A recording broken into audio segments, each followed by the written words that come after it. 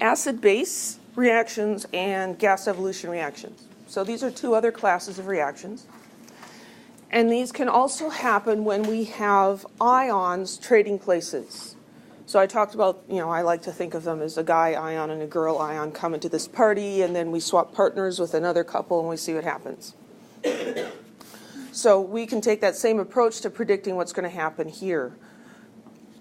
An acid-base reaction, also called a neutralization reaction, happens when you have an acid and a base. They react together, neutralizing each other, and they're going to form water, usually, and a soluble ionic compound. A gas evolution reaction is going to evolve a gas. So it's going to form a gas.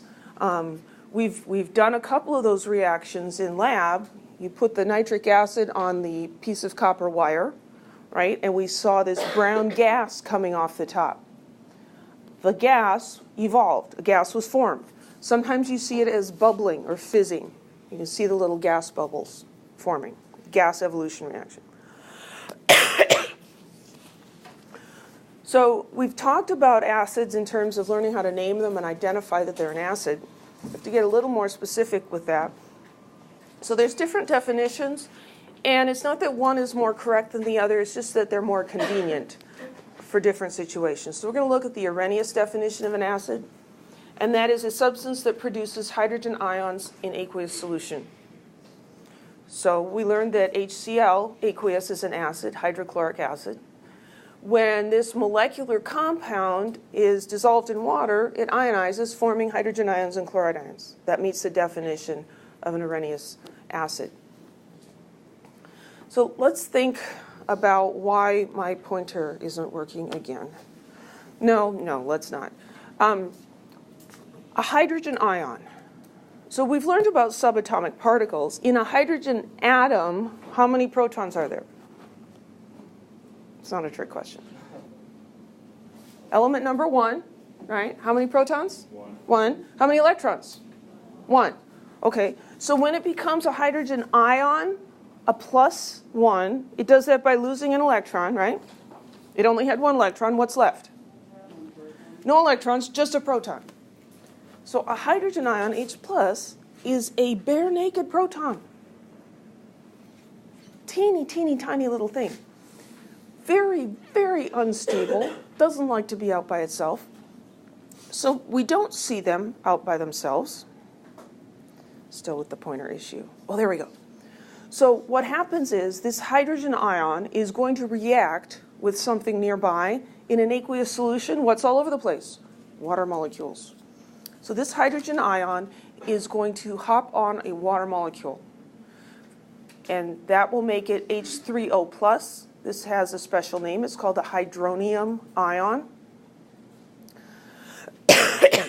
And so that's what is actually present in an acidic solution. We don't have individual protons floating around in the solution.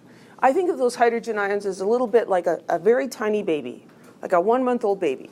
Do you see 1-month-old babies just walking around downtown Fresno by themselves? No, you don't see them alone anywhere, right? They're always with somebody.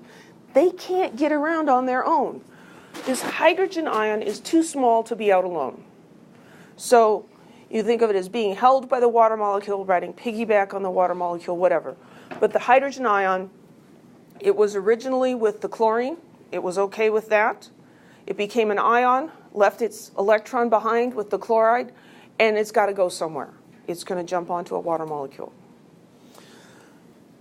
So the correct thing is to always write it as H3O+, the hydronium ion. That gets a little tedious. It makes all of the chemical reactions, the equations, more complicated because then you have to throw water in there as well. So chemists will often use H+ and H3O+ interchangeably. And I know that can be confusing for students, but it's just how it is. So any questions about the hydronium ion?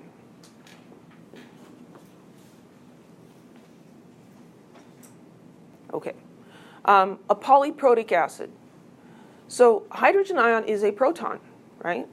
Polyprotic means many protons. So a polyprotic acid has more than one ionizable hydrogen or ionizable proton. An example would be sulfuric acid, H2SO4. There are two hydrogens at the beginning here, and they can each be released. They don't come off both at the same time. They come off sequentially, first one and then the other. So we say that H2SO4 is a diprotic acid. H3PO4, phosphoric acid, is a triprotic acid. It has 3 protons that can come off.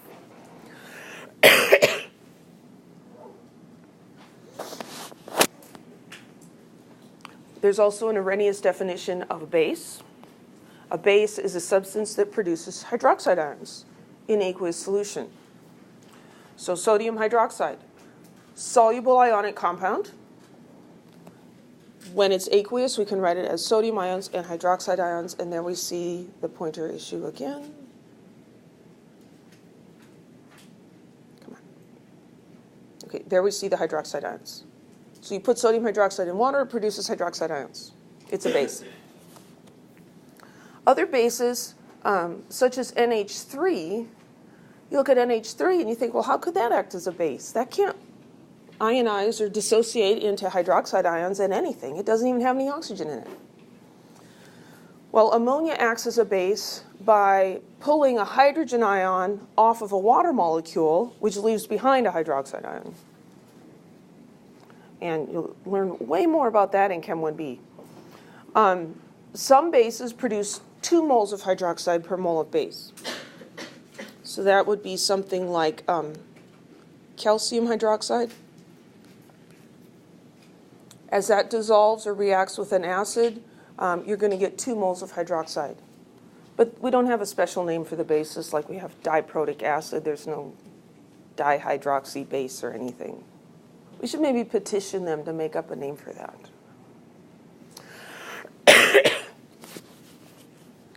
So an acid produces hydrogen ions. A base produces hydroxide ions, right?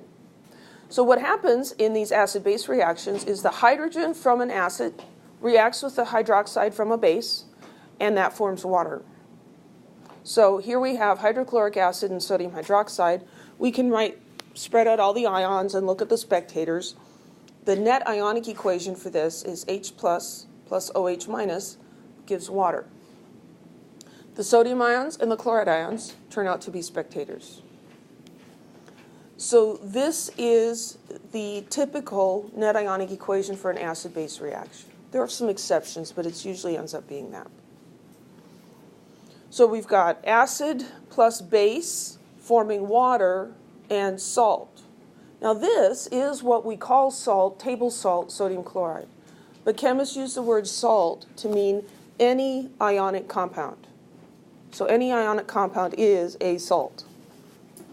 Any questions? Oops, yes? Why wouldn't that be considered solid and not aqueous? That's a good question. Why is this, I lost my pointer again. Why is this aqueous and not solid? Because sodium chloride is a solid at room temperature, right? Because this is happening in water. And sodium chloride is soluble in water. So we don't see water, except for here, showing up in the chemical reaction, but aqueous here tells us we started out with this dissolved in water and that dissolved in water. So only something that's insoluble in water will be shown up as a solid. Good question. Any other questions? So let's look at this illustration here of that reaction. Here we have our pointer again. Okay, here we have HCl. That's a strong acid, so all of the hydrogen ions, the protons, have left the chloride ions. So here we have the green chloride ions. And here we're representing the hydrogen ions as they really are riding on a water molecule. So we've got the hydronium ions. And that's what we've got in solution there. In the sodium hydroxide solution, we have sodium ions and hydroxide ions.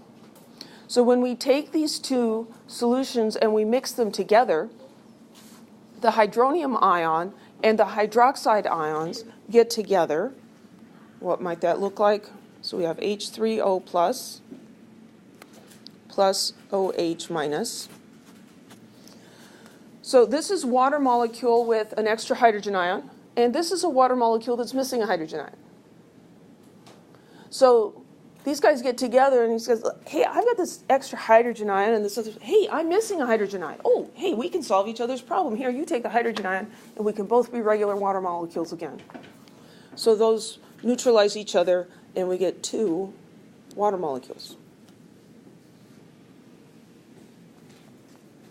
And then what do we have left in the solution? There's water everywhere. We just have sodium ions and chloride ions. So those are the spectators. They didn't participate in the reaction. Any questions?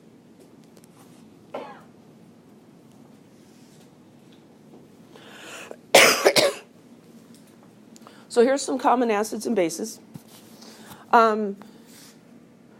These are the strong acids right here. Make an effort to memorize those.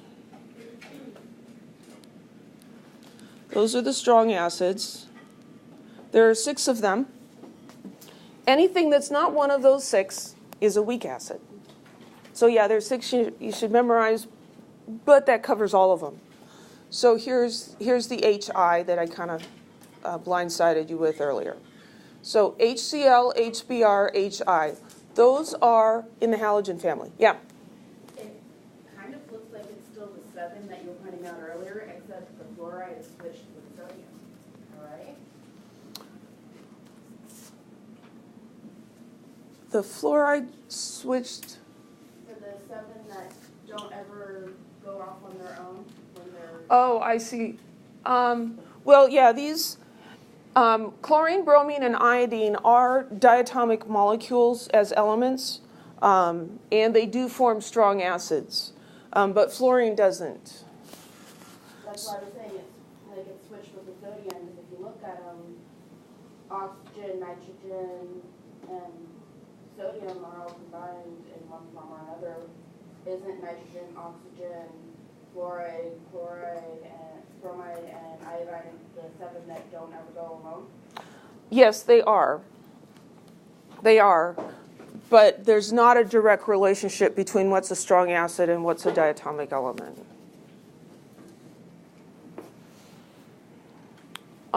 So I think of these as the halogen sisters. Chlorine, bromine, iodine, they're strong acids. HF is an acid, but it's a weak acid.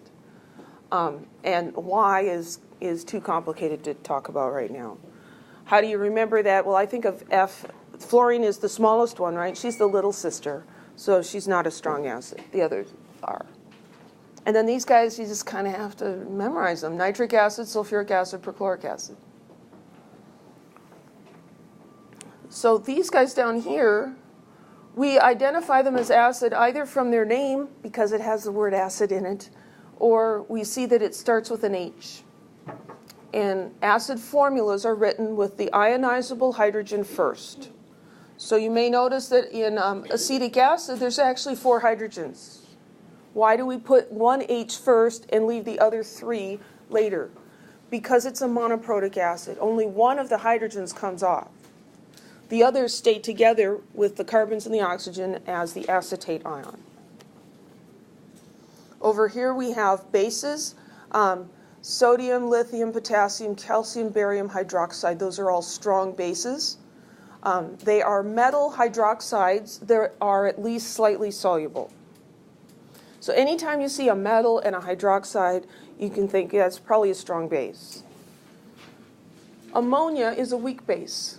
And you should remember that one. Ammonia is a weak base. Ammonia, equation's hiding down here.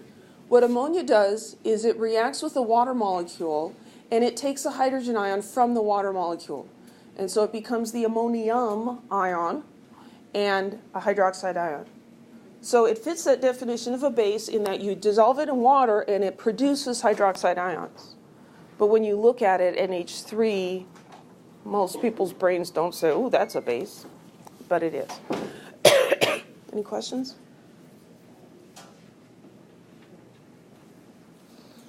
Okay, so let's write equations for acid-base reactions. Write a molecular and a net ionic equation for the reaction that occurs between aqueous HBr and aqueous LiOH, lithium hydroxide. Well, they were kind to us and gave us the formulas there. HBr aqueous plus LiOH aqueous. So how do we know what the products are? We can take the same approach we took with predicting products for precipitation reactions. Let's think about what do these do in solution? What ions do they separate into? Well, that's going to be H plus and Br minus. And this one is aqueous, and that's Li plus and OH minus. And then let's try swapping partners to see what we get. So we're going to put H plus with the OH minus and the Li plus with the Br minus.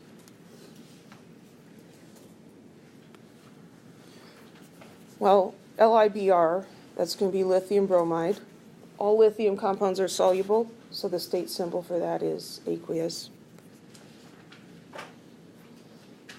And this one, you know, you could be tempted to, well, let's just put them together like that. Ho. That looks weird, doesn't it? It looks weird because that's not how we usually write it. That's water. So we're going to write it H2O. What's the state of water? It's a liquid. Then we have to check and make sure the equation is balanced. And it is. So this is our molecular equation. Call that me. After some practice, you may be able to write the net ionic equation directly from the molecular equation, but I'm going to assume not yet. So these scribbles that we did here to help us figure out what the products were are actually a lot like a complete ionic equation, aren't they? So let's just kind of make it into that. So the HBr made a hydrogen ion and a bromide ion. The lithium hydroxide made lithium and hydroxide ions. Now over here, is this actually hydrogen ions and hydroxide ions in the solution? This is water that's a liquid. If we're writing a complete ionic equation, do we separate liquids into ions? No. So this one is H2O. That's a liquid. And then over here, these guys are ionic as well. So I'm kind of just scribbling a complete ionic equation. What ions are spectators? The lithium. There's one on each side, right? And the bromide. Lithium was aqueous on both sides, floating around as an ion. Bromide was aqueous on both sides. Here the hydrogen ion was aqueous, but over here now it's become part of a water molecule, so it changed. So I identified the spectators, and then for my, we often call this an NIE, net ionic equation. I'm going to write down the things that didn't change, and I'm going to put their state symbols in, because that's what we should do.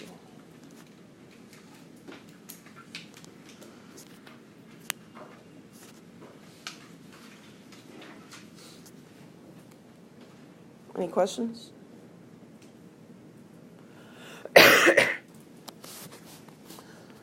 So sometimes, in fact, most of the times in life, you can't do all the things, right? You can't do everything that you want to, that you're capable of. You kind of have to pick and choose. And that happens a lot in chemistry. You know, it'd be great if you could all just devote your entire semester, every waking hour, to learning chemistry. But that can't happen, right? So some of you are going to have to say, well, there's some things I just have to kind of gloss over. I'm not going to get it. So here's just kind of a shortcut that'll work most of the time, and that's pretty good. You have an acid-base reaction. Most of the time, this is the net ionic equation. Here's another one, and we've got a clue in the name up here. the name up here. Come on, up here? There we go. Weak acid. Write the net ionic equation for the reaction between aqueous HCHO2, a weak acid, and aqueous NaOH.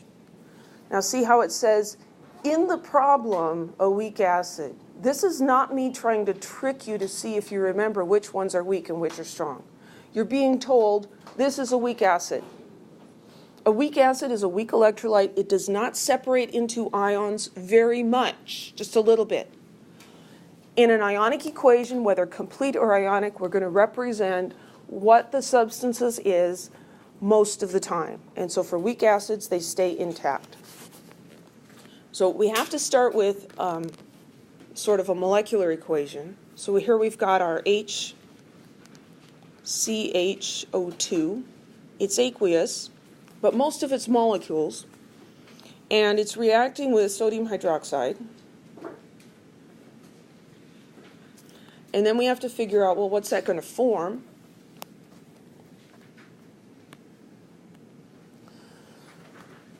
So we're going to think about swapping partners. So we've got sodium hydroxide dissolves into sodium and hydroxide ions. This is present mostly as intact molecules, but it is an acid. It does form some hydrogen ions and some of the other one. It's formate, but I don't expect you to know that. So we're going to get some H plus ions and some CH2 minus ions. To predict the products, then we're going to swap partners and see what happens. So as with almost all acid-base reactions, we're going to get H plus pairing up with OH minus. And then the other two there are the sodium and that weird ion.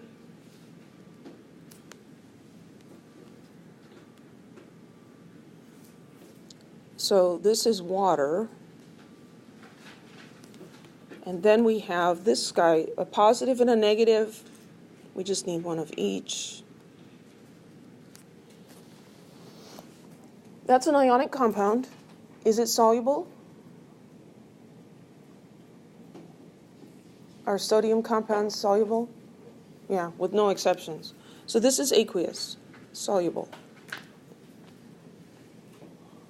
So I just wrote the molecular equation. That's not what they asked for. They wanted the net ionic equation.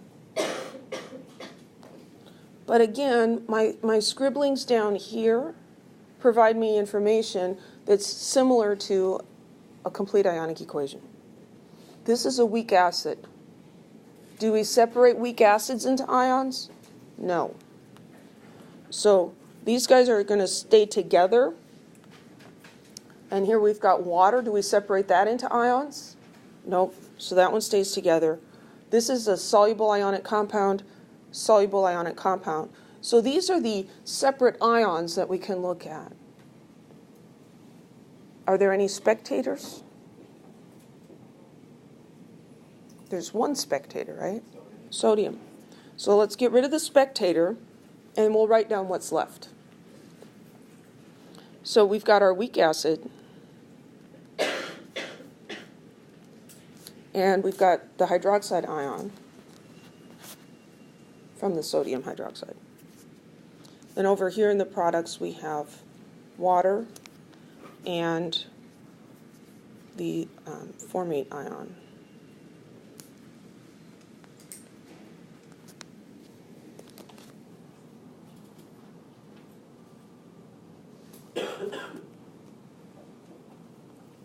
This is an acid-base reaction. The net ionic equation is not H plus OH minus gives water because it's got a weak acid in it.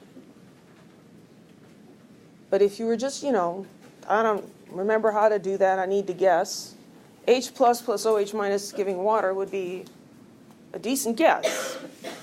Any questions?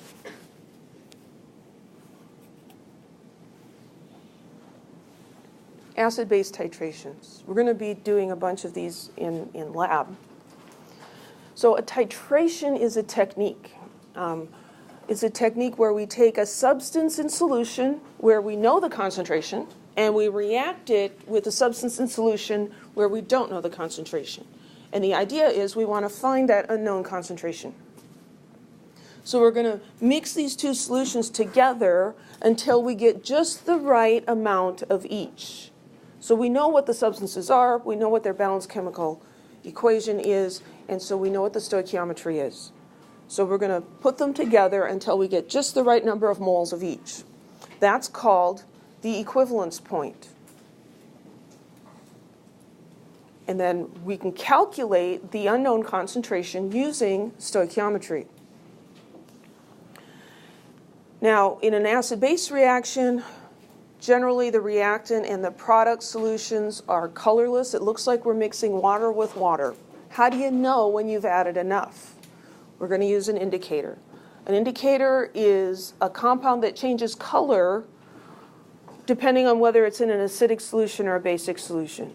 So we put the indicator in there, and then as we add the one substance, when it gets close to that equivalence point or slightly after, the indicator changes color and lets us know that we're done. That's called the end point, when the indicator changes color. It's close to the equivalence point, but not exactly. It's close enough. At the equivalence point, we've got the number of moles of hydrogen ions being equal to the number of moles of hydroxide ions. And so then we can use that to figure out what the concentration of the unknown thing was. Pictures. Stupid pointer. So here we have illustrations, here we have actual photographs. So here we're reacting sodium hydroxide in the burette, and we've got hydrochloric acid in the Erlenmeyer flask. The sodium and the chloride are spectator ions, and so we're not representing them in this diagram. So we have hydroxide ions up here, we have hydrogen ions down there. We would like to know what is the concentration of the HCl. So we're going to add we're going to add hydroxide ions, and they're going to match up with the hydrogen ions. And we're going to keep doing that until we've matched up all the hydrogen ions. When all the hydrogen ions get used up, the indicator turns pink. And we know to stop adding the sodium hydroxide.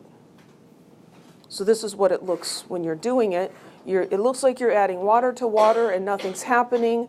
After a while, you'll start to get some pink forming because it's not really mixed up there yet. And you swirl the flask and the pink goes away. And you keep going until one drop makes it pink. This is way too pink, but it shows up better in a picture. You're going for pale, pale pink. Okay? That's the equivalence point. This indicator is phenolphthalein. That's a mouthful, isn't it? So, these sorts of problems are stoichiometry problems, but involving concentrations and volumes of solutions. We did these before, we just didn't call them stoichiometry. We didn't call them titrations. So here we got all these words up here. The titration of a 20 ml sample of H2SO4 solution of unknown concentration requires 22.87 milliliters of a 0.158 molar KOH solution to reach the equivalence point. What's the concentration of the H2SO4? We need a chemical equation here. We need to know how these are reacting with each other. So we've got H2SO4, that's our acid, and that's reacting with potassium hydroxide, and it's forming some stuff. What is one extremely common product of an acid-base reaction? Water. So this is going to make water and something else. So we may need to make little notes to ourselves. Okay, this is KOH, and that's H plus and SO4 2 minus. There's two of the hydrogen ions, right? So when we swap partners, what do we get? Well, we get the water, and we get K plus with SO4 2 minus, the other two ions. They are spectators, but we're not interested in that. We just want the balanced molecular equation. So this is going to be K2SO4. Any questions? Now we need to balance that. And I'm going to need this space down here, so I'm going to erase those guys.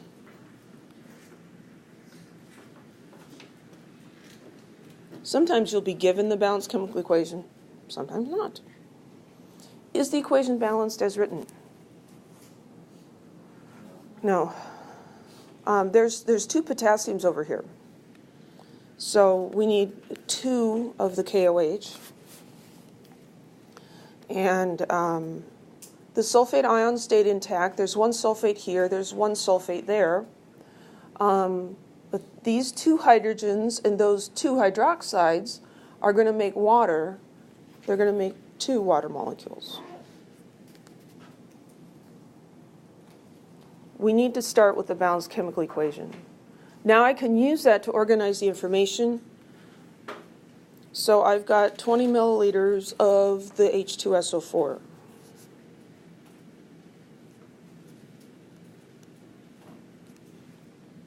And it takes 22.87 milliliters of the KOH. And they give me the concentration, 0.158. That capital M, moles per liter.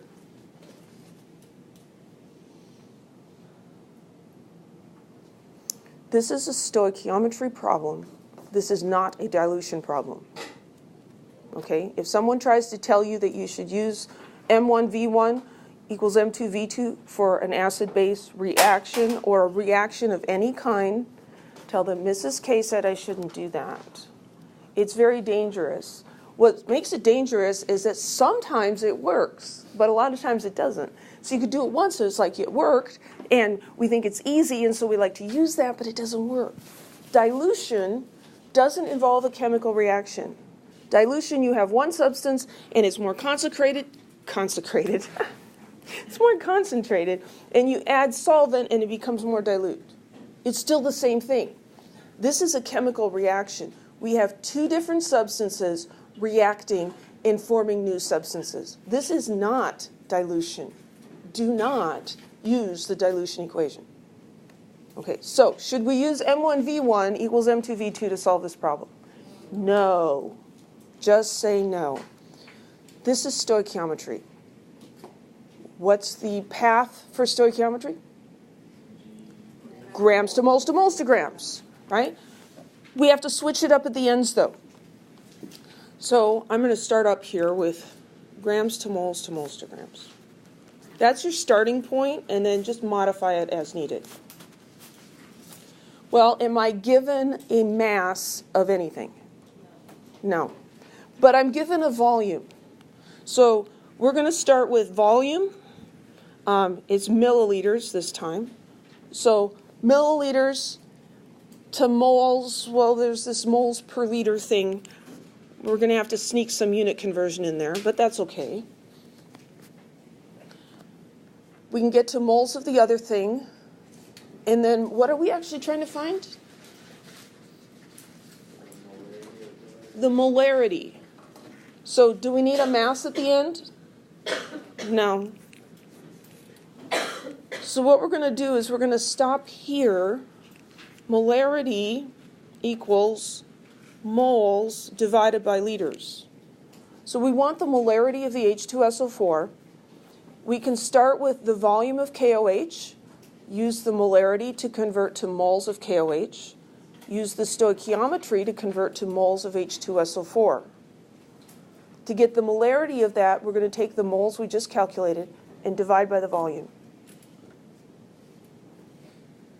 That sounds really complicated, doesn't it?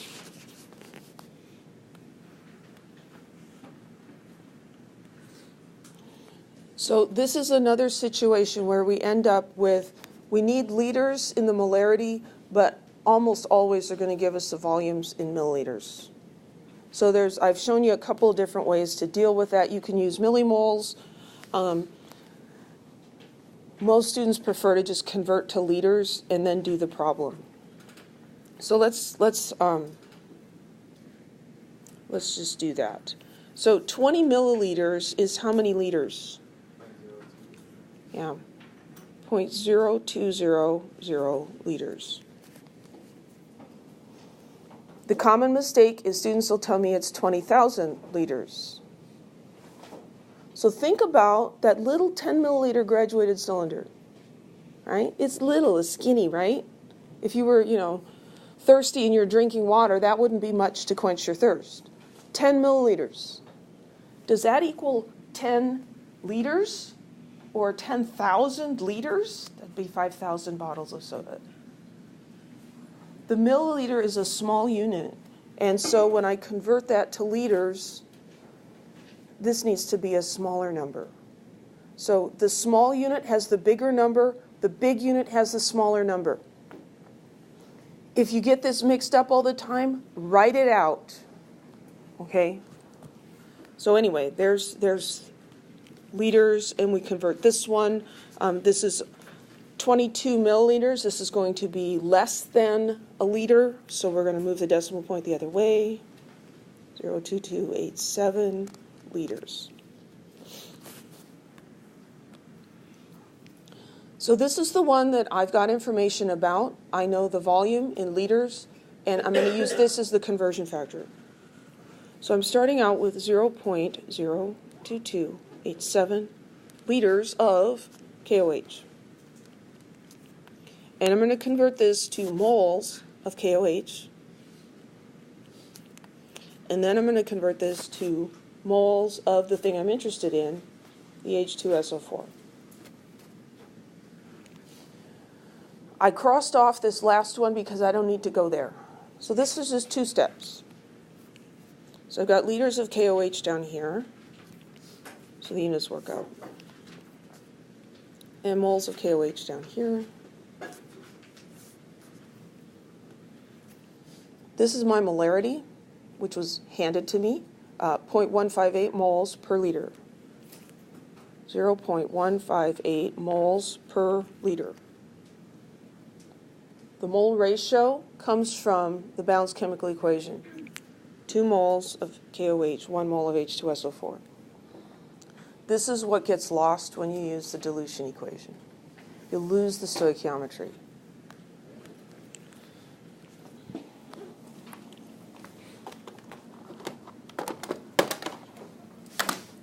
And get out the calculator, 0.02287 times 0.158 divided by 2. 0.00. I should still have 3 significant figures, 180. Write down 2 extras to avoid rounding errors. I had some of my 1B students on a lab round some numbers off to 1 sig fig and end up with the completely wrong answer because of rounding errors. This is my moles. I want the molarity. Molarity is moles per liter. I'm going to take the molarity and divide by the volume in liters. So the molarity of that solution is 0.0018, 0.067 moles divided by the volume in liters. That's this guy right here, 0.0200 liters.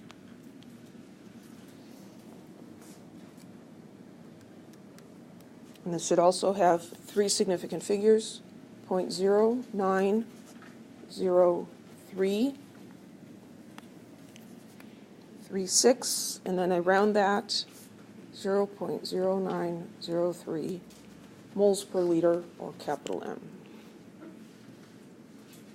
Remember that these leading zeros, the zeros at the beginning, are not significant figures. Don't count them. Any questions?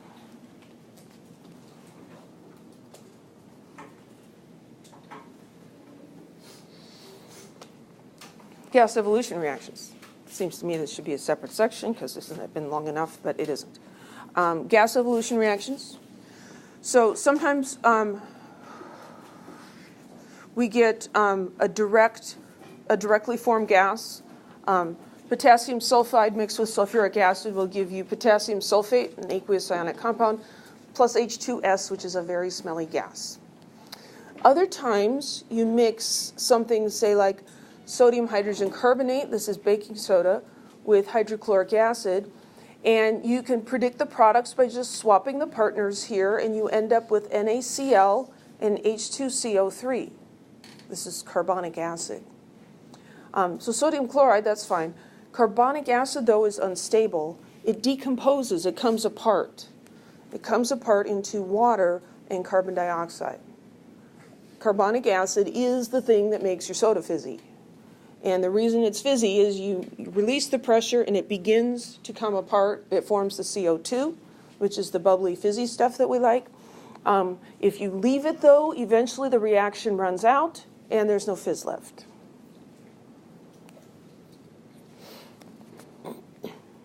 So there are 4 sort of categories here, things that produce gases that we need to be aware of. Sulfides. So if you've got a sulfide in your reactant and you end up with H2S as one of your products, you should know that that's a gas, because I told you it's a gas. So if you see H2S as a product, you put G behind it, gas evolution reaction. So that one's just flat out memorized. These 3 have a little more sense behind them. So we do need to remember this H2CO3, it's carbonic acid, H2SO3, sulfurous acid, and ammonium hydroxide. If you get one of these as a product, those are going to be unstable. They're going to decompose and release a gas. And remembering that isn't as hard as it seems. So H2CO3. We got H2SO3 and NH4OH. So when these decompose, they do it in a very similar way. They both spit out a water molecule. They all 3. So when they decompose, they form water, and the gas is what's left. So if we look at H2CO3, if we pull 2 hydrogens and an oxygen out of that, what do we have left? Well, whoops. I meant to do something.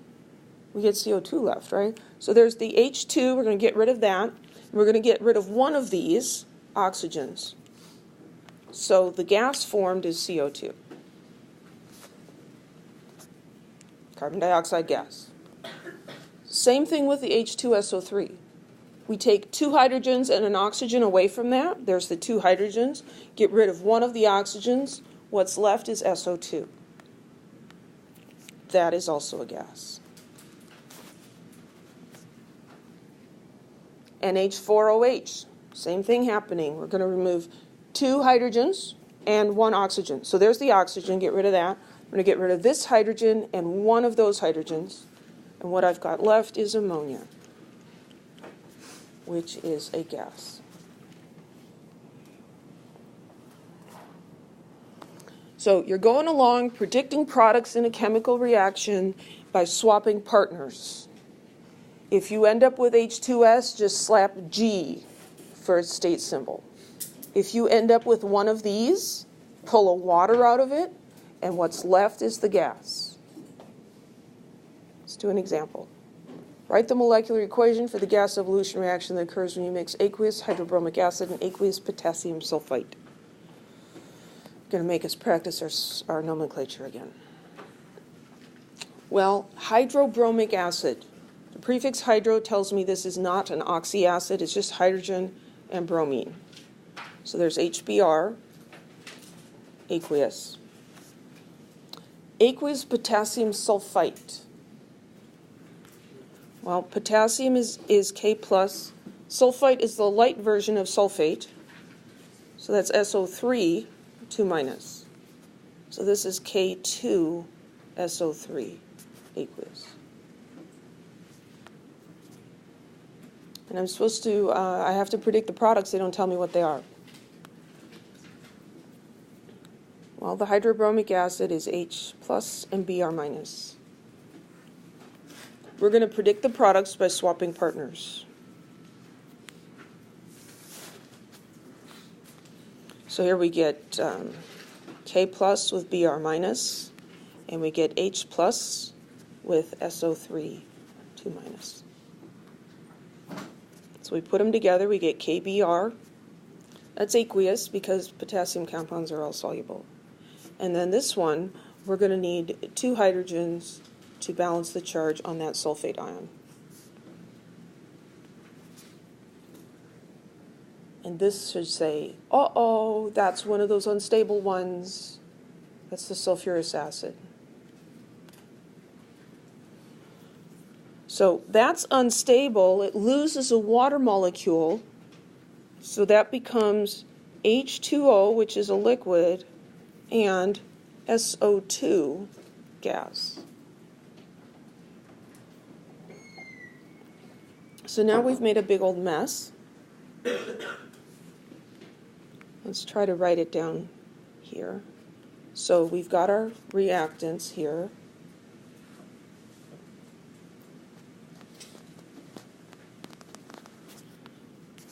Now, our products, we've got that KBr aqueous. And instead of writing H2SO3, I'm going to write what it becomes, H2O liquid plus SO2 gas.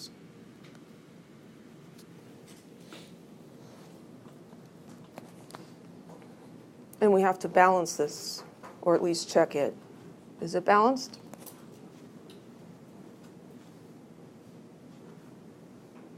No, it isn't.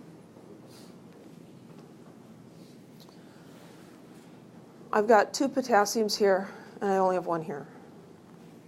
So I need to put a 2 in front of the KBr, and then I can go chasing around.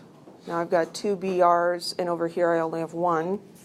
So I'll have to put a 2 in front of that one. And then there's hydrogen and oxygens kind of all over the place. What about the sulfur? So this is an example of where this polyatomic ion, sulfite, does not stay together. It came apart. So we have to look at them separately, the elements. So sulfur, there's 1 and 1, so that's okay. Over here, we have 1 oxygen and 2 oxygens. So that's a total of 3 oxygens, and over here I have 3 oxygens. So that's okay. And then the hydrogens, I've got 2 hydrogens here and 2 hydrogens there. So that equation is balanced. Any questions?